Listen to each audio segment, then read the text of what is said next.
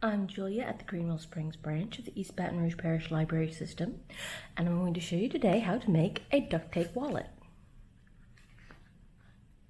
Your kit should contain 2 rolls of pre-cut duct tape strips. You'll want to open them carefully here at the beginning. Keep your tied strips.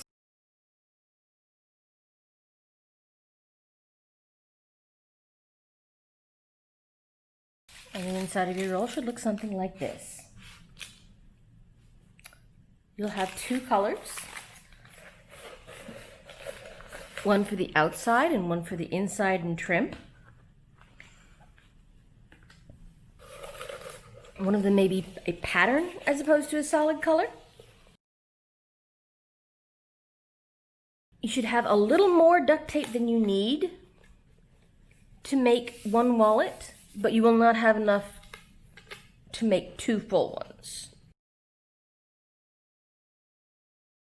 You will also need a pair of scissors from home. To make the main part of our wallet, we are going to layer pieces of duct tape to make a piece of tape fabric, so to speak. I'm going to take one of my 8.5 inch pieces. I'm going to flip it over so that the sticky side is up. Now I'm going to have the red as the inside color for my wallet. So on top of that red strip, it's got the sticky side up, remember? On top of the red strip, I'm going to lay a piece of my other color. This is going to be what's on the outside of the wallet. And you can see I'm just overlapping them a little. And I'm going to take this red piece and I'm going to fold it down over the edge, and that will be a border. Now I'm going to take this and I'm going to flip it back over. I'm going to take another piece of red that is the same length and layer it so that it's just overlapping the other red piece a little bit. I'm going to flip it over again. And I'm going to do the exact same thing. I'm going to lay another black piece down. And I'm going to keep going back and forth until I have about 6.5 to 7 inches worth of sheet. Here's my complete double-sided piece of duct tape fabric, so to speak. From here to here is just about 6.5 inches. So I'm going to finish it off with one more lining colored piece. Yeah, just a little on this end. Just enough overlap that I can fold it over and get a border on this side as well. Now I am going to fold this edge into this edge so that they meet like this. I'm going to press this down. It helps if you have a nice little piece of something that you can press it with. You can also use, say, the edge of your scissors, a pen cap, just something to help you get that crease in. From here, we're going to trim the edges here and here.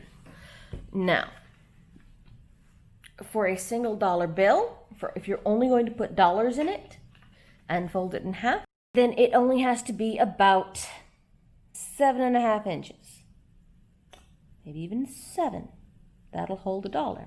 However, if you want to be able to make a card pocket, you're going to want to keep it over 7.5 inches, closer to 8 if you can.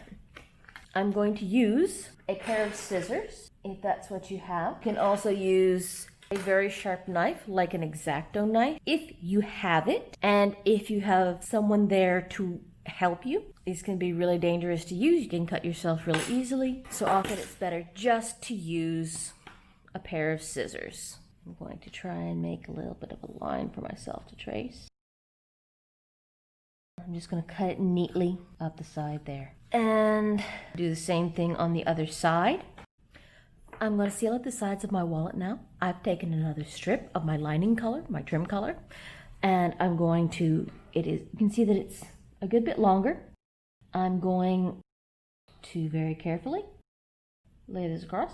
I'm going to very carefully lay this like so. Going to make a cut right down here at the bottom, not the middle, so that I can tuck that over, flip it over, turn that up. You can see I haven't pressed down on that side yet because I'm going to open up the side of the wallet like so, and then press it in, and I'm going to fold this down in to seal up that side. And I'm going to do the same exact thing with the other half of my strip on the other side. All right, I've got it sealed up now. I'm going to fold it in half. And if all you want is to hold dollars, you can stop there. If all you want is this pouch, that's all you need to do. But if you want to add a card pocket or two, that's our next step. To make a card pocket for a standard card, which is just under 3.5 inches long, we're going to want to cut a piece of tape just over 3.5 inches long, or just about 3.5 inches long.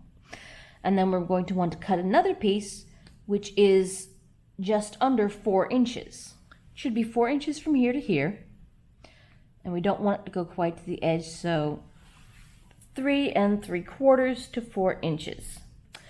Now what we're going to do is we're going to take our 3.5 inch piece and we're going to lay it sticky side up, and we're going to take our almost 4 inch piece and lay it mostly overlapping like that, so that we've got sticky on the edges, and we can fold this over like this and have sticky at the bottom. I'm going to make a couple of card pockets so to figure out where I want to put this one. I'm going to lay this here just a little below the edge and figure out how I'm going to lay that in there. And the way we've got it now, we should have a pocket, and the card will slide in and out like so. I'm going to do that again. Make another pocket. All right, so I've got a couple more pockets going. That I've got 2 on this side and 1 on this side. And if you like, you can always make this smaller inside piece the lining color, so that when you fold it over, you get a nice defined edge there. But now what I'm going to do is I'm going to take a nice skinny strip of lining color that I've cut, and I'm going to go over the edges of my pockets like so.